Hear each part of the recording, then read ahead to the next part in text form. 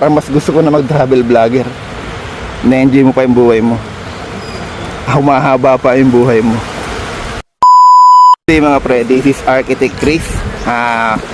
Konting advice lang. Kasi ako, syempre, napunta ako sa Boracay. Alam ko na yung gastos dito sa mga ganitong bakasyon na napakaganda. Napakaganda, pero hindi pwedeng hindi mapuntahan. Ngayon pumunta kami ng asawa ko, si Una at ako. Magastos na. Pero ang point ko, bilang arkitekto, kulang ang income ko para masuportahan ko yung mga ganito. Kaya nagpapaka-vlogger, nagpapaka-TikTok affiliate para madagdagan yung kita. Ano ba naman yun kung magagaroon tayo? Hindi naman kinakahiya yun.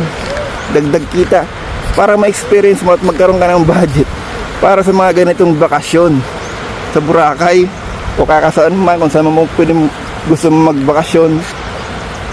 Kailangan mong dagdagan yung kita mo. Kaya kahit pa paano, lahat, kaya ako naman mag-vlogger, kaya ako naman mag-TikTok affiliate. Hindi na paganda ng profession dito.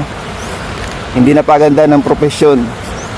Padamihan ng kita para magkaroon ka ng budget sa mga ganitong bakasyon kasi nakaka-relax. Kung pwede lang, maging travel vlogger na lang ako para habang nabablog ka, kumikita ka. Yun ang gusto ko eh. Ganito ang gusto ko ang mga content, yung mga travel vlogger.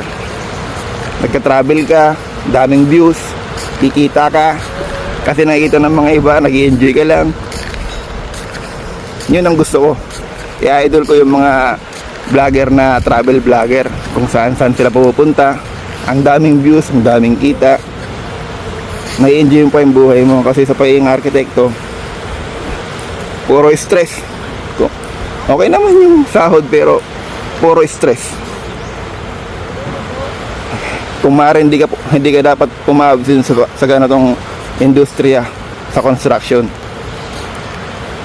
Pero sa mga travel vlogger, parang mas gusto ko na mag-travel vlogger. Nakapag-travel ng ganito. Na-enjoy mo pa yung buhay mo.